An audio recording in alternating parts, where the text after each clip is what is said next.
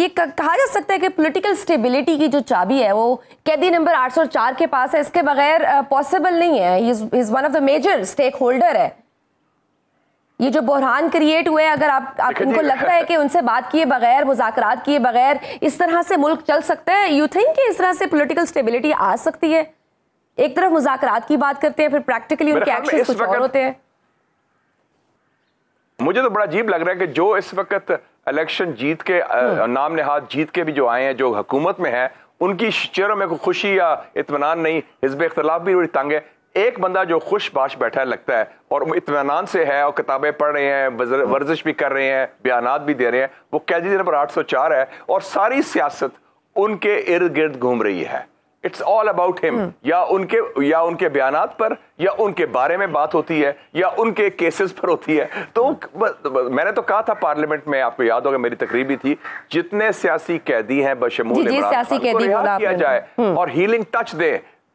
जी हाँ, और मैंने कहा हीलिंग टच दिया जाए। मैंने मियां साहब के बारे में भी कहा था कि जब मियां साहब को जेल में किया माजी में, पीटीआई गवर्नमेंट के जमाने में 2017 में, ऑन रिकॉर्ड में वाहिद बंदा हूं पीएमएलएन का जिसने ये कहा कि मियां साहब सियासी कैदी हैं।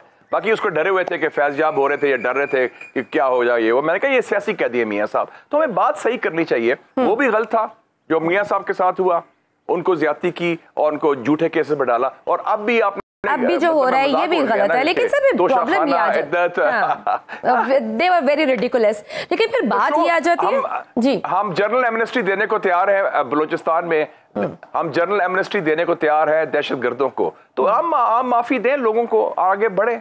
This is the way forward.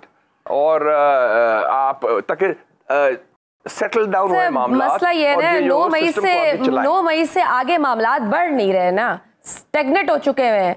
अब ताली दोनों हाथों से बज गई। अब इधर से ये कहते हैं कि हम मुज़ाकरात करने को तैयार हैं, उधर से बानी पीटीआई कहते हैं कि मैं इनसे मुज़ाकरात नहीं करूंगा, मैं एस्टैब्लिशमेंट से करूंगा।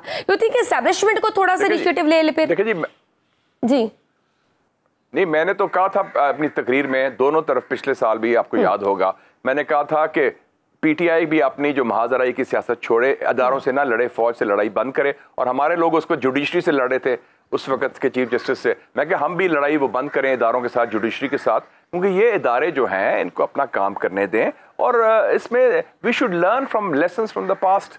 वजीर आजम दहशतगर्दी के हवाले से सिक्योरिटी एस्टैब्लिशमेंट का दिफा कर रहे हैं, तो दूसरी जानिब अपोजिशन लीडर उमर अयूब कहते हैं कि आर्मी चीफ फौरी कोर कमांडर्स कॉन्फ्रेंस बुलाएं जो सिर्फ चीनी शहरियों और माहिरीन की सिक्योरिटी पर होनी चाहिए।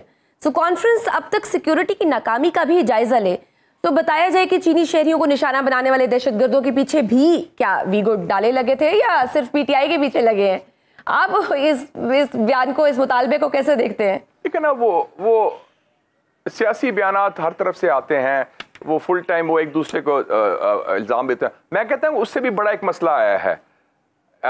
इंडिया के बारे में खबर छपी है गार्डियन अखबार में 2 महीने पहले कि 4 सालों में 20 दफा इंडिया की इंडियन इंटेलिजेंस ने पाकिस्तान के अंदर आके 20 लोगों को शहीद किया है, कत्ल किया है, असैसिनेट किया है।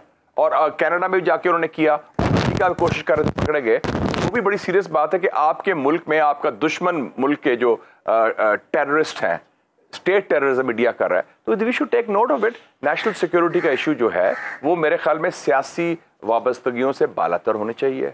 इसमें कंसेंसस होना चाहिए, जैसे न्यूक्लियर पर कंसेंसस है, कश्मीर पर कंसेंसस है, क्योंकि पाकिस्तान के मसाइल ऐसे हैं, कोई एक पार्टी, कोई एक लीडर अकेले, कोई एक हुकूमत, कोई एक इदारा वो अकेले मसले हल नहीं कर सकते। हमें मिलजुल के करना पड़ेगा। और आपने देखा कि मुख्तलिफ सूबों में मुख्तलिफ हुकूमतें हैं। सर, इस बदले हुए, आपने कहा ये बदला हुआ पाकिस्तान, इस बदले हुए पाकिस्तान को क्या एस्टैब्लिशमेंट लीड करने के काबिल है? आपको भी पता है कि ये मौजूदा गवर्नमेंट कितनी कोई एम्पावर्ड है। मौजूदा गवर्नमेंट तो लोग पता है ना, वो तो अब सबसे बड़ा जोक बना हुआ है, फॉर्म 45 किया है तो फॉर्म 47 किया है। तो वो तो ये गवर्नमेंट तो बड़ी लूली लंगड़ी गवर्नमेंट है ना, उनके पास तो वो मैंडेट नहीं है, पॉपुलर मैंडेट तो नहीं है ना। उनको भी पता है उनको भी पता है, दुनिया को भी पता है, लेकिन फिर भी काम चला रहे हैं। तो अगर नजरिया जरूरत के तहत काम चलाना ही है आपने, और याद रखें कोई एक दूसरे को खत्म नहीं कर सकता। ना system is strong enough to destroy the PTI, ना PTI is strong enough to destroy the system. तो हमें गुजारा करना पड़ेगा, क्या है, पीसफुल कोएग्जिस्टेंस, पुरअमन बकाया।